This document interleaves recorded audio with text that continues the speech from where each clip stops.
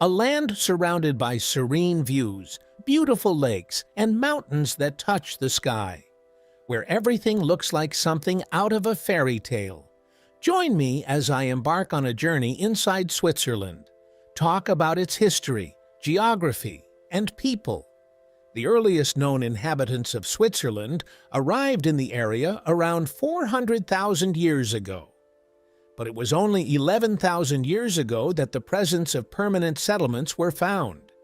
By 800 BC, the area started being inhabited by the Celts in the west and the Rhaetians to the east.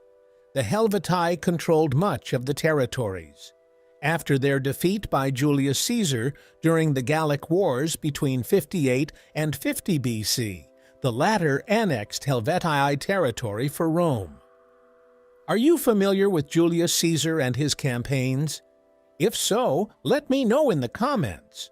Over time, the Romans set up colonies all over the conquered territory, and the local population gradually adopted Roman customs. They were, however, frequently invaded by Germanic people to the north. The frequency of these invasions took a toll on the already dwindling Western Roman Empire, and it eventually collapsed. Most notable of these Germanic tribes were the Burgundians and Alemannians. During the 5th and 6th centuries, they came under control of Charlemagne and his Frankish Holy Roman Empire. The Alemanni, who were not Christianized yet, were in turn converted as opposed to their already Christian Burgundian brothers. The Franks integrated the territory of Switzerland to their burgeoning empire in the 6th century. But after the death of Charlemagne, the empire was divided between his sons. In the 11th century, a resurgent German Holy Roman Empire helped in uniting the disparate Swiss settlements and counties that were divided after Charlemagne's death. By 1300, there were already 200 towns in the territory of Switzerland. Most of these were founded by the main feudal dynasties in Switzerland: the Zähringen, Savoy, Kyburg, and Habsburg dynasties, with the Habsburgs becoming the dominating dynasty as time passed. Between the 14th and 15th centuries, the Old Swiss Confederacy developed as a network of loose alliances of rural and urban communities. The Confederacy's process of expansion unfolded in different ways. Some territories joined the Confederacy voluntarily, becoming members with equal or lower standing, while others were purchased or conquered. The 8 cantons of the Confederacy, known as the Acht Orte, generally administered their own affairs. However, they did send delegates regularly to the Federal Diet to discuss issues of common concern. Swiss expansion in 1515 caught the attention of the European powers. Many of these towns were granted privileges by the non-Habsburgian Holy Roman Emperors, which confirmed their status as imperial towns and free communities. In the beginning of the 15th century, the Confederation became a ruling power in the region, which was, for the most part, unusual for the time, as the cantons did not act as a whole. Some Swiss soldiers were even hired as mercenaries by other European powers. Beginning in the 1500s, a set of reformations introduced by a certain Martin Luther would sweep the European Christian world. Switzerland at that time was also a bastion of the Reformation. With Huldrych Zwingli shaping Protestantism with his work in Zurich and John Calvin doing so in Geneva, there was a gradual but sure shift away from Catholicism in the Swiss cantons. This schism in the Christian world led to many divisions, wars, and other sorts of conflicts in the 17th century. With diplomacy and cunning, the Swiss cantons managed to stay away from such wars, most especially the 30 Years' War. This type of diplomacy would shape the neutrality policy of Switzerland, of which it's notoriously known for. The 18th century was defined by peace in Switzerland and the slow entry of industrialization in many European countries. After the French Revolution, democracy and liberty became the forefront calls all over Europe, changing the face of the continent forever. Equity suddenly became favored in the eyes of many of the Swiss. Napoleon invaded Switzerland in 1798 and replaced the old Swiss Confederacy with the Helvetic Republic, which was then again replaced by a federal state in 1803. After Napoleon's defeat, the majority of the European powers wanted a post-revolution status quo to be put in place all over the continent. But many of the population, already spurred on by the hope of liberalism and equality, combated these reversals. One such example was the Sonderbund War, where liberal cantons defeated the Catholic and conservative cantons, thus hammering the last nail in the coffin for the old guard. And on September 12, 1848, the modern federal state of Switzerland was founded. Switzerland's neutrality has helped it manage to avoid 2 world wars. It joined the League of Nations and eventually became a member of the United Nations on September 10, 2002.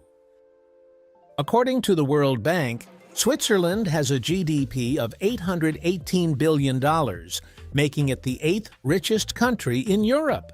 It is famous all over the world for being a banking and financial hub and has a highly developed free market economy. It is the leading exporter of watches and clocks. Notable firms include Rolex, Patek Philippe, Swatch, and Richemont. Although not making up a large part of the GDP of Switzerland, agricultural products are still produced in the country. These include milk, sugar beet, wheat, potatoes, pork, barley, apples, maize, beef, and grapes.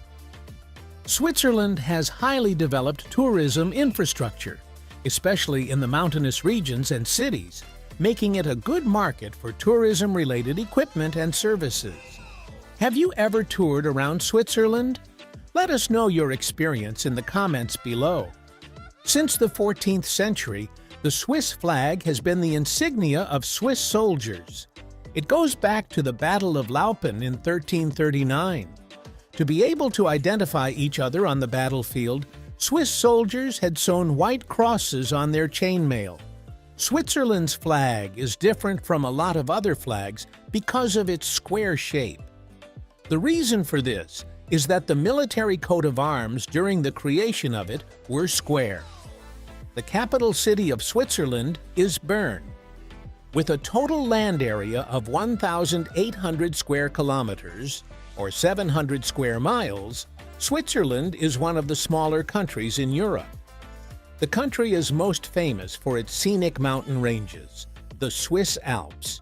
However, another wonderful feature one can find in Switzerland is Lake Geneva, located in the southwest part of the country. Switzerland also has rolling plains and valleys in the middle of the country. Switzerland is bordered by Austria, France, Italy, Liechtenstein, and Germany. The highest point in Switzerland is located at Dufourspitze, which stands at around 4,600 meters or 15,000 feet above sea level, while the lowest point can be found in Lake Maggiore, 190 meters or 600 feet above sea level. The climate is moderate with no excessive heat, cold, or humidity. From July to August, the daytime temperature range is 18 degrees to 28 degrees Celsius, or 65 degrees to 82 degrees Fahrenheit. And from January to February, the range is negative 2 degrees to 7 degrees Celsius, or 28 degrees to 45 degrees Fahrenheit. In spring and autumn, the daytime temperature range is 8 degrees to 15 degrees Celsius, or 46 degrees to 59 degrees Fahrenheit. Switzerland has a total population of 8.7 million people. It is a multi-ethnic country, but the majority of the population are ethnic Swiss. They account for 69% of the total number of inhabitants. The country has a median age of 44 years old.